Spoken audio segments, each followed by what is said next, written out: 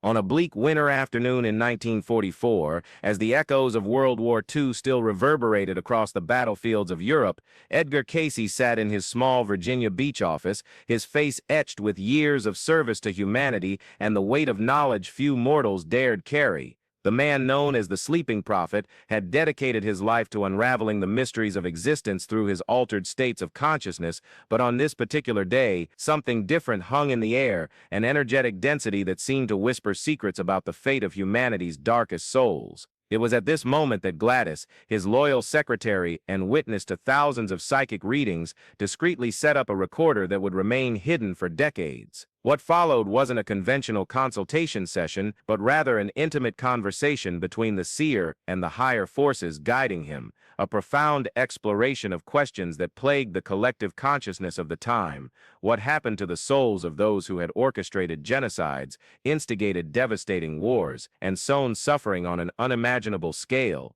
Cayce, then 67 years old, felt the weight of age and the nearness of his own transition. He had noticed subtle signs, fleeting visions of golden light at the edges of his vision, whispers of familiar voices that had already departed, and a growing sense that his earthly mission was nearing its end. It was as if the veil between worlds was becoming thinner for him, allowing glimpses of realities that normally remained hidden from mortal eyes. That memorable afternoon, Cayce entered one of his deepest meditative states.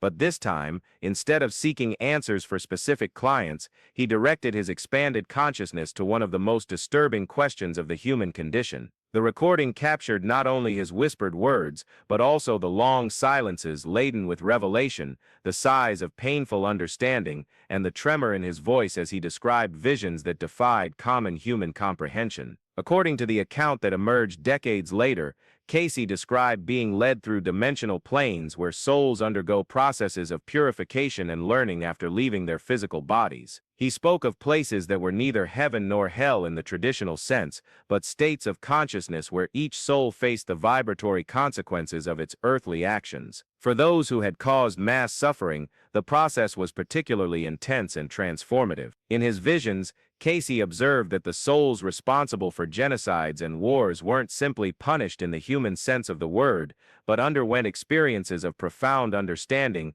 where they were forced to feel, in their very essence, all the pain they had caused. It was a process he described as merging with karmic consequence, where the soul simultaneously experienced the suffering of each of its victims, not as torture, but as spiritual education necessary for its evolution. The seer reported witnessing the souls of dictators and genocidaires in states of profound transformation, surrounded by beings of light who did not condemn them, but guided them through processes of genuine acknowledgement and repentance. These souls, according to Cayce, went through periods that could last the equivalent of millennia on Earth, not in gratuitous suffering, but in deep work of reconstructing their spiritual essence. One of the most impactful revelations of the recording was Cayce's description of encountering the soul of a leader who had orchestrated the deaths of millions during World War I. This spiritual entity was not in eternal flames, but immersed in a process where it relived every moment of its earthly existence,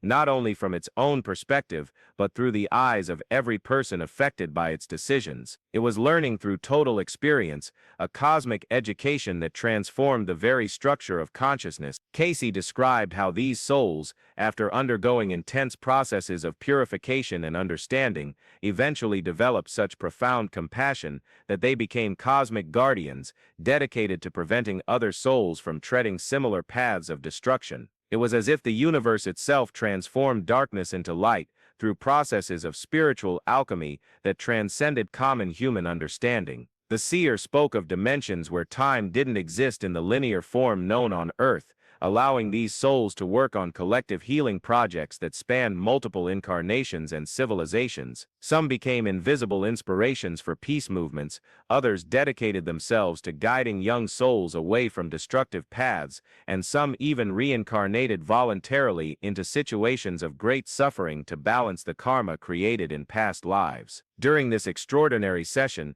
Cayce also revealed having observed a peculiar pattern in the souls that had caused mass destruction. Before their destructive incarnations, many of them had been souls dedicated to service and compassion in past lives, but had gradually become corrupted through choices that prioritized power over love, control over freedom, and fear over faith. It was a somber reminder that any soul, regardless of its evolution, could stray from the path of light if it abandoned its connection to the divine source. One of the most disturbing and at the same time hopeful visions Cayce described was the encounter with the soul of a genocidaire who, after millennia of purification, had become one of the most powerful healing forces in the universe. This entity worked tirelessly to prevent conflicts and inspire earthly leaders to choose paths of peace and reconciliation. It was living proof that no soul was beyond redemption, no matter how deeply it had plunged into darkness. Cayce explained that the transformation process of these souls followed specific patterns reflecting immutable cosmic laws. First came the full acknowledgement of responsibility for their actions,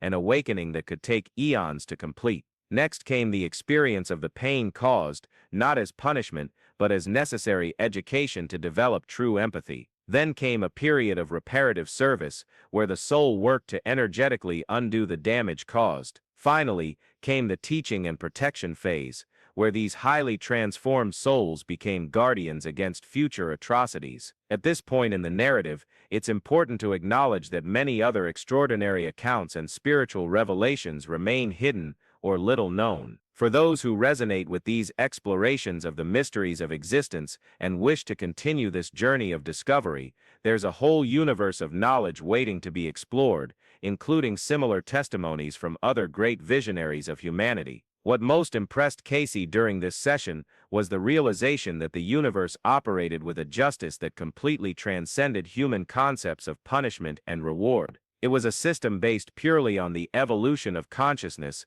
where every experience, no matter how painful, served the supreme purpose of expanding the soul's capacity to love, understand, and serve. Even the darkest souls were, ultimately, divine sparks temporarily lost, eventually finding their way back to the light. During the recording, Cayce described moments when he observed souls of perpetrators of genocide being welcomed by their own victims in higher dimensions, not with anger or a desire for revenge, but with cosmic understanding and an offering of forgiveness. It was a spectacle that defied all human notions of justice, showing that on the spiritual plane, the separation between victim and perpetrator eventually dissolved in favor of a deeper understanding of the cosmic roles each soul had chosen to play. The seer reported witnessing reconciliation ceremonies on higher planes where millions of souls who had participated in earthly conflicts, both as victims and perpetrators, gathered in circles of collective healing. In these ceremonies, collective pain was transformed into collective wisdom, and traumas were alchemically transmuted into expanded compassion that would benefit future generations of incarnating souls. One of the deepest revelations of the session was the realization that many of the souls who became perpetrators of atrocities had in reality voluntarily assumed these roles in cosmic contracts before incarnating. It wasn't about fate or predetermination, but rather courageous souls who agreed to carry the karmic weight of awakening humanity to the need for evolution through the experience of extreme contrast between light and darkness. Cayce described observing councils of elder souls planning incarnations, where some entities would agree to play dark roles to catalyze mass spiritual awakening. These souls knew they would pay an immense karmic price for their actions, but were willing to do so as service to humanity's collective evolution. It was a sacrifice of cosmic dimensions that defied all common human understanding of good and evil. According to Cayce's account, some of these souls had spent multiple lifetimes preparing spiritually to assume such roles, developing sufficient spiritual strength to eventually emerge from post-death purification processes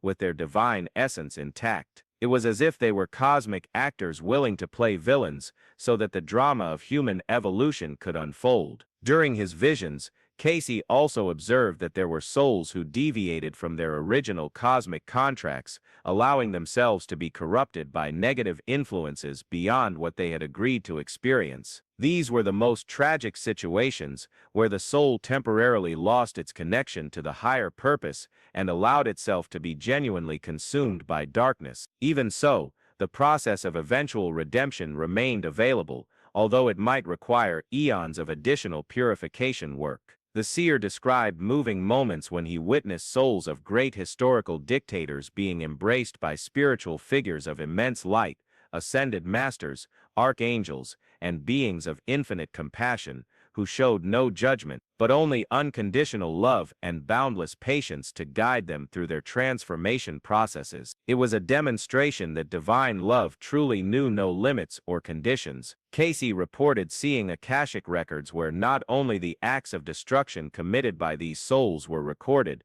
but also their deepest motivations, their hidden pains, their disappointments, and the exact moments where they had lost their connection with the divine light. This complete record allowed spiritual guides to work with surgical precision to heal the specific wounds that had led each soul down the path of darkness. One of the most transformative insights Cayce shared was the understanding that the very concept of evil was ultimately an illusion created by the separation of consciousness from its divine source. On the highest spiritual plane, there existed only love in its infinite states of expression and evolution. What we perceived as evil was simply love in a temporary state of confusion and disconnection, destined eventually to return to its original nature.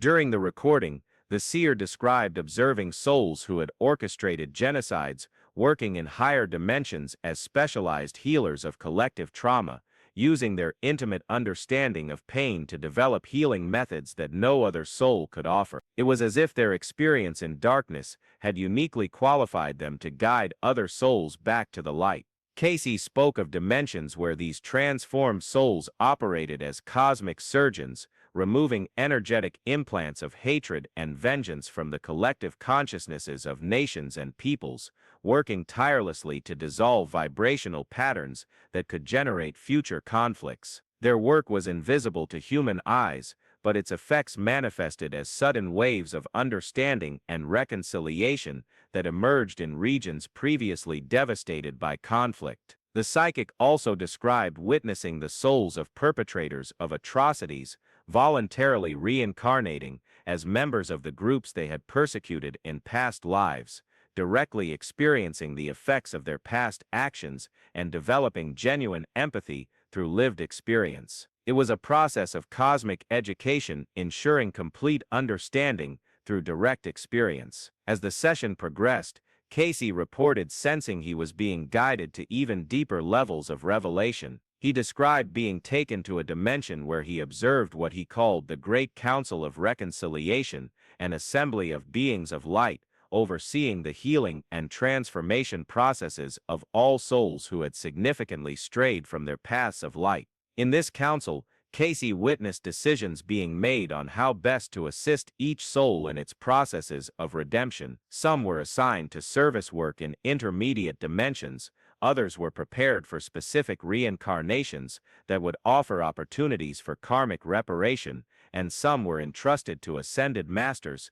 specializing in cases of extreme transformation. What most impressed Cayce was realizing that each member of this council had, at some point in their own evolutionary journey, experienced their own form of spiritual fall and subsequent redemption. They were beings who had walked the complete path from separation to reunification, perfectly qualifying them to guide other souls through similar processes. During this extraordinary vision, Cayce described encountering the soul that had been Adolf Hitler. The entity was enveloped in golden light, but a light that seemed to contain all the tears ever shed by humanity. It wasn't in torment, but in a deep process of understanding, surrounded by millions of souls who had been its direct and indirect victims, all participating in a collective healing process that transcended human concepts of forgiveness. This soul, according to Cayce, was being prepared for a cosmic mission of unimaginable dimensions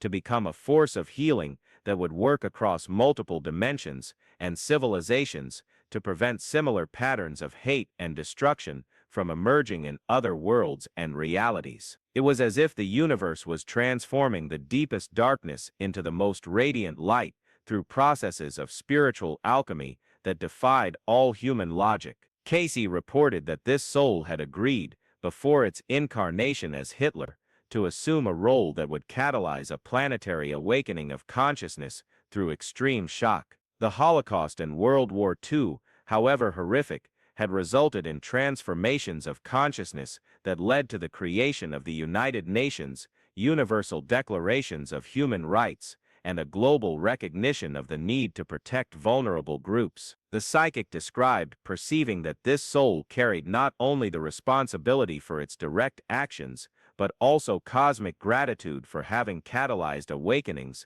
that might otherwise have taken millennia to occur. It was a paradox that defied all human moral understanding, showing that in the higher dimensions of existence, even the most tragic events served greater evolutionary purposes. As the session neared its climax, Cayce reported being taken to a dimension where he could observe the distant future of Earth. He saw a planet where war and genocide had become impossible, not through control or repression, but through the natural evolution of human consciousness to levels where such actions simply could not be conceived. In this vision of the future, Cayce observed that many of the souls who had been perpetrators of atrocities in past eras were now incarnated as spiritual leaders, healers, and peace builders. Their experiences in darkness had transformed into profound wisdom about the mechanisms of light. It was as if humanity had finally learned to transform its suffering into collective wisdom.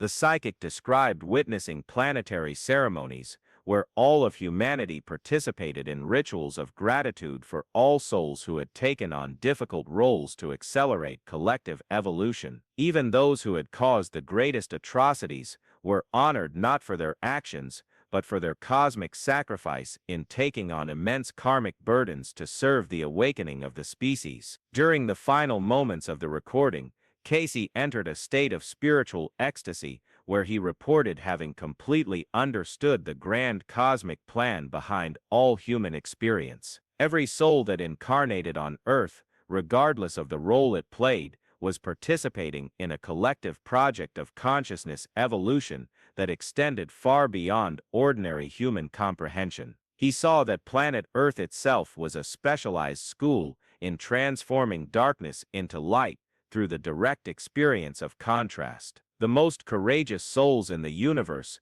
chose to incarnate here precisely because of the intensity of the experiences available. Even the perpetrators of genocide were, ultimately, courageous souls who had taken on the most difficult roles in the great cosmic drama of evolution. In the final words captured by the recording, Cayce expressed a profoundly transformed understanding of the nature of existence. He spoke of how his entire life of psychic service had been preparation for this single revelation, that there were no condemned souls, only souls at different stages of their journey back to the light. Even those who had caused the greatest suffering were fundamentally, temporarily distorted expressions of divine love that would eventually return to their original nature. The psychic concluded his extraordinary vision with a prophecy that a time would come when humanity would understand that every soul that had ever incarnated on Earth, regardless of its actions, had contributed in some way to the collective evolution of the species. In this moment of cosmic understanding,